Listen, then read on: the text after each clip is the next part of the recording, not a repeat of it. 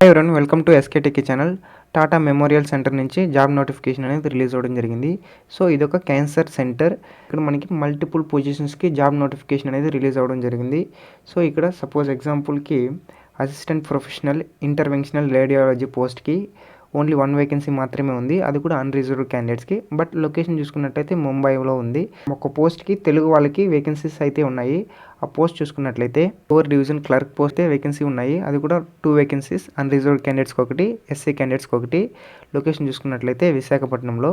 Second level pay scale చూసుకున్నట్లయితే 19,900 pay చేయడం జరుగుతుంది. అడిషనల్ అలవెన్సెస్ అనేది ప్రొవైడ్ చేయడం జరుగుతుంది. అప్పర్ ఏజ్ లిమిట్కి 10th మార్చ్కి 27 ఇయర్స్ ఉండాలి.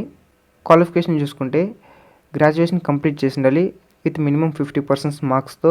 అలాగే కంప్యూటర్ అప్లికేషన్స్ గురించి నాలెడ్జ్ ఉండాలి. లొకేషన్ చూసుకున్నట్లయితే ఈ పోస్ట్కి మనకి 4 లొకేషన్స్ ఉన్నాయి. ముంబై, గువాహటి, నవీ ముంబై, విశాఖపట్నం. రాష్ట్రాల వాళ్ళకి విశాఖపట్నం ఉంది కాబట్టి విశాఖపట్నం పోస్ట్కి అప్లై చేసుకోవచ్చు. సెలక్షన్ మెథడ్ చూసుకున్నట్లయితే ఫిజికల్ టెస్ట్ అనేది కండక్ట్ చేయడం జరుగుతుంది. ఇందులో 100 మీటర్స్ రన్నింగ్ అనేది కండక్ట్ చేయడం జరుగుతుంది. సివిలియన్స్ 16 సెకండ్స్లో పరిగెత్తాలి. ఎక్స్ సర్వీస్మెన్స్ 20 సెకండ్స్లో పరిగెత్తాలి. పుషప్స్ వచ్చి అప్ టు 30 ఇయర్స్ లోపు ఉన్న వాళ్ళు 8 to 9 పుషప్స్ తీయాలి.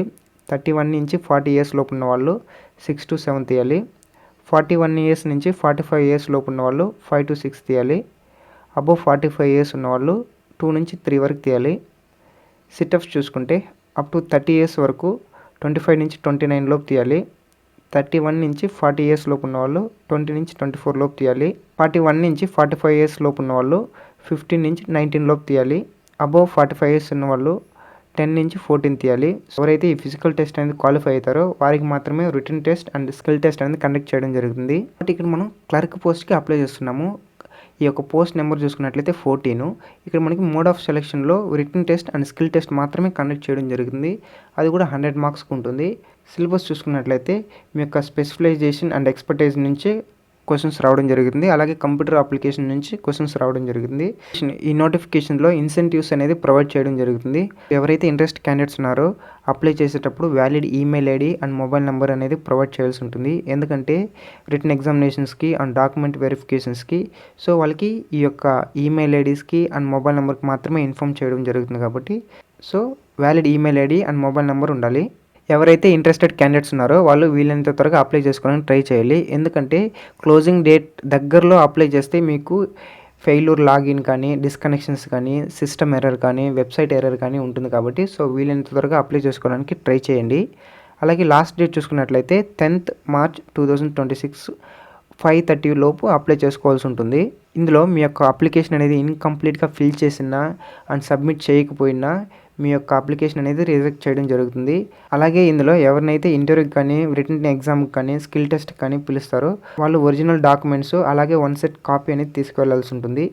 ఈ యొక్క డాక్యుమెంట్స్ చూసుకున్నట్లయితే date of birth, educational qualification, experience certificate, మీరు ప్రీవియస్గా వర్క్ చేస్తున్నట్లయితే మీ యొక్క పాస్ట్ ఎంప్లాయ్మెంట్ యొక్క experience certificate and date of joining and date of relieving provide చేయాల్సి ఉంటుంది. ప్రజెంట్ మీరు వర్క్ చేస్తున్నట్లయితే appointment letter and last pay slip and identity card and NOC అనేది సబ్మిట్ చేయాల్సి ఉంటుంది. అలాగే ఎకనామికలీ వీకర్ సెక్షన్ వాళ్ళు వ్యాలిడ్ ఇన్కమ్ సర్టిఫికేట్ ప్రొవైడ్ చేయాల్సి ఉంటుంది. పీడబ్ల్యూబీడీ క్యాండిడేట్స్ వాళ్ళ యొక్క పీడబ్ల్యూబీడీ సర్టిఫికేట్ని ప్రొవైడ్ చేయాల్సి ఉంటుంది. ఏజ్ రిలాక్సేషన్ చూసుకుంటే ఎస్సీ ఎస్టీ క్యాండిడేట్స్కి 5 ఇయర్స్ ఉంటుంది. ఓబీసీ క్యాండిడేట్స్కి 3 ఇయర్స్ వరకు ఉంటుంది. పీడబ్ల్యూబీడీ క్యాండిడేట్స్కి 10 ఇయర్స్ వరకు ఉంటుంది. ఇందులోనే ఎస్సీ ఎస్టీకి 5 ఇయర్స్ వరకు ఉంటుంది. ఓబీసీ క్యాండిడేట్స్కి 3 ఇయర్స్ వరకు ఉంటుంది.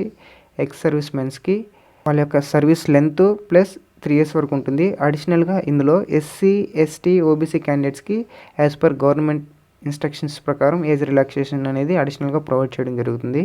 అప్లికేషన్ ఫీజు చూసుకున్నట్లయితే 300 రూపీస్ పే చేయాల్సి ఉంటుంది యూజింగ్ డెబిట్ కార్డ్ కానీ, క్రెడిట్ కార్డ్ కానీ. ఎస్సీ ఎస్టీ ఫిమేల్ క్యాండిడేట్స్, మన పీడబ్ల్యూబీడీ క్యాండిడేట్స్, ఎక్స్ సర్వీస్ మెన్స్లో వీళ్ళలో ఫస్ట్ టైం సివిల్ పోస్ట్కి సర్వీస్ చేసిన తర్వాత అప్లై చేసేలాగుంటే వీళ్ళకి అప్లికేషన్ ఫీజు అనేది ఎగ్జంప్షన్ జరుగుతుంది. అలాగే అప్లికేషన్ ఫీజు అనేది ఒకసారి పే చేసిన తర్వాత మళ్ళీ రీఫండ్ అనేది ఉండదు. బెనిఫిట్ చూసుకున్నట్లయితే అలవెన్సెస్ అనేది ప్రొవైడ్ చేయడం జరుగుతుంది. అదర్ అలవెన్సెస్ కానీ, డియర్నెస్ అలవెన్సెస్ కానీ, హెచ్ఆర్ఏ కానీ, టీఏ కానీ etcetera and training and development provide చేయడం జరుగుతుంది. అండ్ మెడికల్ ఫెసిలిటీస్ ప్రొవైడ్ చేయడం జరుగుతుంది.